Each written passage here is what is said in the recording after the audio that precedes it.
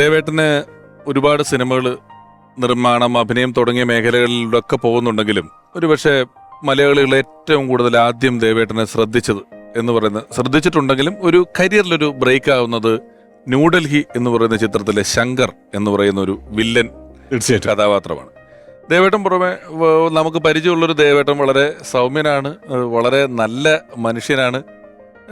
എപ്പോഴെങ്കിലും ചോദിച്ചിട്ടുണ്ടോ ആ സിനിമയിലെ അത്രയും ഒരു പ്രതിനായക സ്വഭാവമുള്ള കഥാപാത്രത്തിലേക്ക് എങ്ങനെയാണ് തിരഞ്ഞെടുത്തത്, എങ്ങനെയാണ് എത്തിയതെന്നൊക്കെ ഡെന്നി സാറിനോട് ചോദിച്ചിട്ടുണ്ടോ ഇതുവരെ? അത് ഞാൻ ചോദിച്ചിട്ടില്ല. അത് എനിക്കും അത്ഭുതമാണ് വാസ്തവത്തിൽ. ഞാൻ അവിടെ എങ്ങനെ എത്തിപ്പെട്ടു എന്നുള്ളത് എനിക്ക് ഇപ്പോഴും ആലോചിച്ചാൽ ഒരു ഉത്തരം എനിക്കില്ല. ഞാൻ അന്നിങ്ങനെ ഈ മലയാള സിനിമാ വേദിയിലേക്ക് കടന്നുകൊണ്ടിരിക്കുന്ന എൻ്റെ അത് ഒരു ബാല്യകാല ചിത്രം എന്നൊക്കെ പറയാം. അഭിനയ ജീവിതത്തിന്റെ ബാല്യകാലത്തിൽ എനിക്ക് കിട്ടിയ ഒരു അവസരമാണത്. അപ്പോൾ ഞങ്ങൾ ഇവിടുന്ന് ഡൽഹിയിലേക്ക് പോകുമ്പോൾ ഒരു സുപ്രഭാതത്തിൽ ഞാൻ അന്ന് എൻ്റെ ഓർമ്മ ശരിയാണെങ്കിൽ ഞാനും വർമ്മച്ചേട്ടനൊക്കെ, ജഗന്നാഥ വർമ്മ സാർ, അതെ, വർമ്മച്ചേട്ടനൊക്കെ കണ്ണൂർ ഒരു സിനിമയുടെ വർക്ക് എടുക്കാം. എനിക്ക് എൻ്റെ ഓർമ്മ ശരിയാണെങ്കിൽ അത് ശശിയേട്ടൻ്റെ പടമാണ്. അവിടുന്ന് ഒരു കോള് വരുന്നു, നിങ്ങൾ രണ്ടുപേരും ട്രെയിൻ കയറി ചെന്നൈ വരിക, ചെന്നൈയിൽ ഒരു ഫ്ലൈറ്റ് എടുത്തിട്ട് ഡൽഹി വരിക. അങ്ങനെ ഞങ്ങൾ രണ്ടുപേരും അവിടെ ചെല്ലുന്നു, ചെന്നൈ ചെല്ലുന്നു, ഫ്ലൈറ്റ് എടുത്തിട്ട് ഡൽഹി ചേരുന്നു. ഇത് എന്തിനാണെന്ന് നമുക്കറിയില്ല. ജോഷിയേട്ടന്റെ പടം അറിയില്ല. അല്ല, ജോഷിയേട്ടന്റെ പടമാണെന്നറിയാം, കഥാപാത്രം അറിയില്ല, എന്ത് പടമാണെന്നറിയില്ല, ഒന്നും അറിയില്ല. അങ്ങനെ ഞാൻ അവിടെ ചെല്ലുന്നു. അവിടെ ന്യൂഡൽഹിയിലെ ഒരു വലിയൊരു ഹോട്ടലല്ല, ഒരു മീഡിയം ലെവലിലുള്ള ഹോട്ടല്, എൻ്റെ ഒരു ഗൗരവ് എന്നുള്ള പറഞ്ഞൊരു ഹോട്ടല് ചെല്ലുമ്പോൾ അവിടെ ഞാൻ കാണുന്നത് സിദ്ദിഖ്, മോഹൻ ജോസ്, അങ്ങനെ കുറേ വിജയരാഘവൻ, കുറേ ആൾക്കാരൊക്കെ കൂടിയിരിക്കുന്ന ഒരു റൂം. അവിടേക്ക് ഞങ്ങൾ വരുന്നു. അതാണ് ഞങ്ങളുടെ ആദ്യത്തെ എൻട്രി. അപ്പം നമുക്കിതിനെ പറ്റി, റോളിനെ പറ്റിയിട്ടോ ഈ ക്യാരക്ടറിനെ പറ്റിയിട്ടോ ഒന്നും ഐഡിയ ഇല്ല.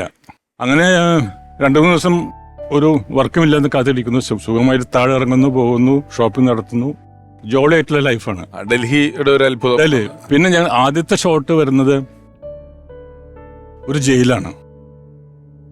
ആ ജയിലിനകത്ത് എൻ്റെ എൻട്രി ജഗന്നാഥ വർമ്മ ചേട്ടൻ്റെ എൻട്രി ചെയ്യുന്നതാണ്. അതിന് വലിയ കാര്യമായിട്ട് എൻട്രി ഇങ്ങനെ വരുന്നു. അപ്പോഴും എനിക്ക് റോൾ അറിയില്ല, ഇതാണ് സംഭവം എന്നറിയില്ല. നീ അവിടെ പോയി അവിടെ നിൽക്കുക. അപ്പോൾ ജുബ്ബയൊക്കെ ഇട്ടിട്ട് അങ്ങനെ ഒരു വേഷമാണ്. അപ്പോൾ ഈ വലിയൊരു ഫോർട്ടാണ് ഈ ജയിലായിട്ട് വെച്ചിട്ട്, കോട്ടയം, വലിയൊരു കോട്ടയാണ്. അപ്പോൾ കോട്ടയുടെ ആ ഗേറ്റിൽ നിന്നും ഞങ്ങൾക്ക് നടന്നു പോകണം. വലിയ ഷോട്ടാണ്.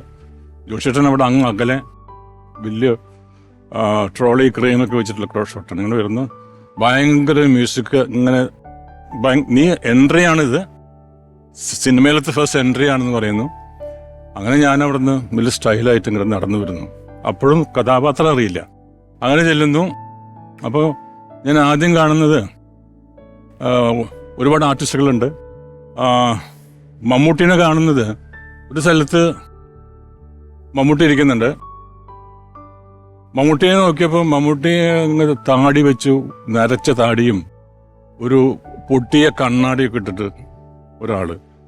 അതാണ് മമ്മൂട്ടി എന്ന് പറയുന്നത്. അപ്പം മമ്മൂട്ടി, ഞാൻ പറഞ്ഞു, ഈ ക്യാരക്ടർ ഇങ്ങനെയാണോ എന്നുള്ളതാണ്.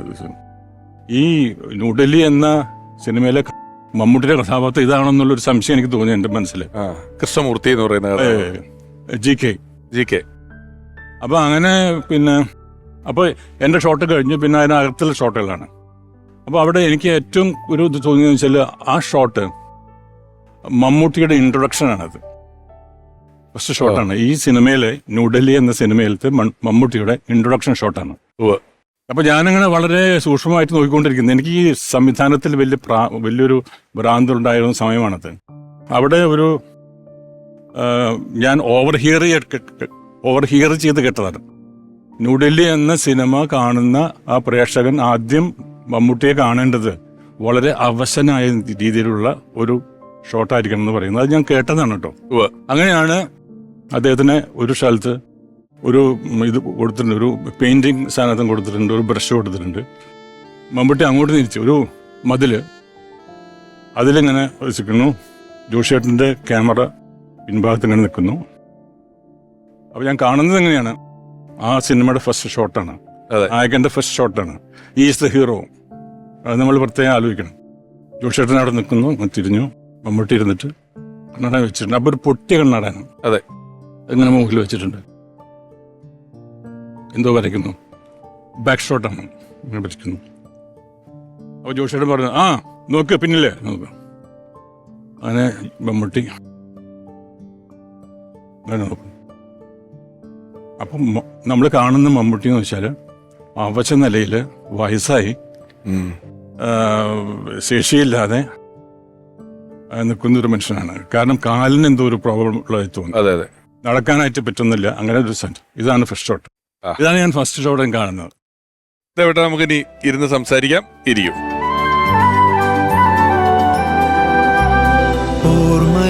ദേവേട്ടൻ ഇപ്പൊ പറഞ്ഞു വിളി കിട്ടി, നേരെ ട്രെയിൻ കയറി ഡൽഹിയിലേക്ക് പോയി ചെന്നു, ഫസ്റ്റ് ഷോട്ടിനെ കുറിച്ചൊക്കെ പറഞ്ഞു. അപ്പൊ ജോഷി സാറിന്റെ പടം എന്നുള്ളതിനപ്പുറം അന്ന് ഡെന്നിസ് ജോസഫ് എന്ന് പറയുന്ന ഒരു എഴുത്തുകാരനെ ദേവേട്ടന് അറിയാമോ? എനിക്കറിയില്ലായിരുന്നു. ആരാണ് ഇതിന്റെ റൈറ്റർ എന്ന് എനിക്കറിയില്ലായിരുന്നു. ജോഷിയേട്ടന്റെ ഒരു സിനിമ എന്ന് മാത്രമേ എനിക്കറിയുള്ളൂ.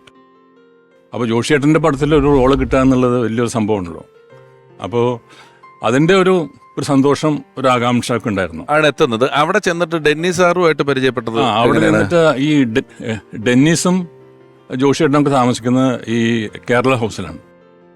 അവിടേക്ക് ഞങ്ങൾ പോകുന്നു. അങ്ങനെ ജോഷിയേട്ടനെ കണ്ടു. അത് കഴിഞ്ഞിട്ട് അവിടെ ജോഷിയേട്ടൻ്റെ റൂമിൽ വെച്ചിട്ടാണ് ഞാൻ ഡെന്നിസ് ജോസിനെ കാണുന്നത്. അതിന് സിഗരറ്റൊക്കെ വലിച്ച് എപ്പോഴും സിഗരറ്റ് കയ്യിലുണ്ടാവും. ഒരു നോട്ടം ഇങ്ങനെയുണ്ട്. താനെപ്പോൾ വന്നു? ഞാൻ പറഞ്ഞു ഇന്നലെ വന്നുള്ളൂ ചോദിച്ചാൽ. അപ്പം ഇയാൾ എപ്പോഴും ഇങ്ങനെ പുക വെച്ചിട്ടുണ്ട്. നല്ല ഷോട്ടാണ് പുക വെച്ചിട്ട്. പക്ഷേ ഒന്നും മിണ്ടില്ല. അപ്പം ഇതിനകത്ത് വില്ലനാണോ അല്ലെങ്കിൽ ഏതെങ്കിലും ക്യാരക്ടർ റോളാണോ ഒന്നും നമുക്കറിയില്ല. അപ്പോഴും എൻ്റെ അടുത്ത് പറയുന്നില്ല. അത് കഴിഞ്ഞിട്ടാണ് ഇപ്പം ഞാൻ പറഞ്ഞ ഷോട്ടൊക്കെ എടുത്തത്. അവിടെ എല്ലാം എടുത്തു കഴിഞ്ഞു. അപ്പോൾ അത് കഴിഞ്ഞിട്ട് ഞാനിങ്ങനെ കോസ്റ്റ്യൂമൊക്കെ ഇട്ടിട്ട് വന്നു. ഇതിൻ്റെ ഒരു ജുബ്ബ ഇട്ട് ഒരു വേസ്റ്റ് കോട്ട് ഒക്കെ ഇട്ടിട്ട് വന്നു. എന്നെ നോക്കി. കോസ്റ്റ്യൂമർ വിളിക്കും, കണ്ണടകൾ കൊണ്ടാ. അങ്ങനെ കുറേ കണ്ണടകൾ കൊണ്ടു. അങ്ങനെ ഒരു കറുത്ത തിക്കായിട്ടുള്ള ഗ്ലാസ് വന്നു. അത് വെച്ച് നോക്കും. ഇത് മതി. എന്നോട് ചോദിക്കുന്ന ഒരു പ്രശ്നമില്ല. എനിക്കത് ഇഷ്ടപ്പെട്ടോ? നമ്മള് പ്രോപ്പർട്ടി ആയിട്ട് നിൽക്കുകയാണ്. അല്ല, ഇത് കന്നഡ വെപ്പിച്ചൊക്കെ ഡെന്നിസ് സാറാണ് അപ്പം ചെയ്യുന്നതല്ല. അപ്പൊ എഴുത്തുകാരനാണേലും കഥാപാത്രങ്ങളുടെ കാര്യത്തിൽ വളരെ സ്ട്രിക്റ്റ് ആയിട്ടുള്ള എങ്ങനെയായിരിക്കും അയാൾ നിൽക്കുക, നടക്കുക, കാണുക എന്നൊക്കെയുള്ള വലിയ ബോധ്യത്തിലാണ് നിന്നിട്ടുള്ളത് അല്ലേ? എനിക്ക് തോന്നുന്നത് ജോഷിയേട്ടൻ നോക്കി നിൽക്കുന്നുണ്ട്. പിന്നീട് എല്ലാ ഭാഷയിലും അഭിനയിച്ചെങ്കിലും ദേവേട്ടന് ചിന്തിക്കുമ്പോൾ അങ്ങനെ ഇല്ലെന്ന് പറഞ്ഞാൽ ദേവേട്ടനിലെ മലയാളീനെ ഒരു ഉത്തരേന്ത്യക്കാരനാക്കി മാറ്റുന്നതിനകത്ത് ആ കന്നഡയൊക്കെ വഹിച്ച പങ്ക് വളരെ വലുതാണ്. ആ സിനിമ നമ്മൾ കാണുമ്പോഴേ അത്രയും പ്ലാൻഡ് ആയിട്ട് തന്നെയാണ് ചെയ്യുന്നത്. പിന്നെ ഞാൻ കേട്ടിട്ടുള്ളത് അന്ന് ഡൽഹിയിൽ നിങ്ങൾ ഓരോ ലൊക്കേഷനുകൾ ഫിക്സ് ചെയ്യും. ഇപ്പം പാർലമെന്റിന്റെ മുൻവശം അല്ലെങ്കിൽ വേറെയുള്ള സ്ഥലങ്ങളൊക്കെ അന്ന് ഷൂട്ടിങ്ങിന് പെർമിഷൻ കിട്ടുക എന്ന് പറയുന്നത് വളരെ ശ്രമകരമായിട്ടുള്ള സമയമാണ്. അപ്പം പല സ്ഥലങ്ങളിലും ഒന്നിക്ക് പടയുന്ന ലൊക്കേഷൻ മാറും, അല്ലെ സീൻ മാറും. അവസാന നിമിഷങ്ങളിലാണ് പല നടന്മാർക്കും ന്യൂഡൽഹിയിൽ ഡയലോഗുകളും കാര്യങ്ങളൊക്കെ കിട്ടിയിട്ടുള്ളതെന്നൊക്കെ ഞാൻ കേട്ടിട്ടുണ്ട്. അതൊരു അന്ന് ചെന്ന ഒരു ജോഷി സാറിന്റെ പടത്തിലെ പുതിയ വില്ലൻ എന്നുള്ള ദേവേട്ടൻ ഒരു ബാധ്യതയായിരുന്നു. അതൊരു പ്രശ്നമായിട്ടുണ്ടോ ആ സമയത്ത്? ഞാനിപ്പോൾ ഓർക്കുമ്പോഴേ എനിക്ക് അന്ന് ഒരു ഭയമോ പേടിയോ നെർവസ്നെസ്സോ ഇല്ല. കാരണം ഇതിന്റെ ഒരു സീരിയസ്നെസ് എനിക്ക് അറിയില്ല. മനസ്സിലായില്ലേ? എനിക്കിതിന് നമ്മൾ സീരിയസ് ആയിട്ട് വന്ന് ഈ അഭിനയിക്കാൻ വേണ്ടി വന്ന് വലിയ സീരിയസ് ആയിട്ട് ഞാൻ വേണ്ടി വാസ്തവത്തിൽ അവിടെ വന്നത് അന്നും ഞാൻ പറഞ്ഞല്ലോ, ഈ ന്യൂഡൽഹി എന്ന സിനിമ ഞാൻ അഭിനയിക്കുമ്പോഴും ഈ തൊഴിൽ ഞാൻ തുടർന്നുകൊണ്ട് പോകും എന്നുള്ളൊരു വിശ്വാസം എനിക്കില്ലായിരുന്നു. മനസ്സിലായില്ലേ? എൻ്റെ ഒരു ജീവിതത്തിൻ്റെ അന്നത്തെ പ്രോബ്ലംസ് കാരണം. അപ്പോൾ എനിക്ക് എന്ത് റോള് എന്നുള്ളതാണ്. അപ്പോൾ അല്ലാതെ അപ്പോൾ ഡയലോഗ് ഉണ്ടെന്നു, ഡയലോഗ് പറയാൻ പറഞ്ഞു, ഡയലോഗ് പറയുന്നു. അതല്ലാതെ എന്തെങ്കിലും ഈ ഭാവഭേദങ്ങൾ ഉണ്ടാക്കുകയെ അങ്ങനെയൊന്നും എനിക്ക് വരുന്നില്ല. അല്ലാതെ ഇത് ഇനി അങ്ങോട്ട് ഇത്രയും വലിയ വലിയ വലിയ ഹിറ്റുകൾ ഉണ്ടാക്കുന്ന ഒരു എഴുത്തുകാരന്റെ എഴുത്തായിട്ടോ അങ്ങനെയൊന്നും ആ സമയത്ത് ദേവേട്ടന് തോന്നുന്നതേ ഇല്ല. ഒന്നുമില്ല. കാരണം എത്രയോ സിനിമകൾ പിന്നെ നമ്മൾ കാലാന്തരത്തിൽ ഇന്ന് പോലും ഈ ഒരു എപ്പിസോഡ് ചെയ്യുമ്പോൾ നമ്മൾ അദ്ദേഹത്തിന്റെ ഒരു പ്രൊഫൈല് നോക്കുമ്പം മലയാളികൾ അംഗീകരിച്ച എത്ര സിനിമകളും കഥാപാത്രങ്ങളും ഉണ്ടാക്കിയിട്ടുള്ള ഒരാളാണെന്നുള്ളത് നമ്മൾ ചിന്തിച്ചു പോകും അല്ലേ? അങ്ങനെയുള്ളൊരു കഥ എഴുത്തുകാരന്റെ ഡയലോഗുകളാണെന്നുള്ള ബോധ്യത്തിലൊന്നും അല്ല ദേവേട്ടൻ അന്ന് ന്യൂഡൽഹി പിടിക്കുന്നത്. ഇല്ലില്ല. ആ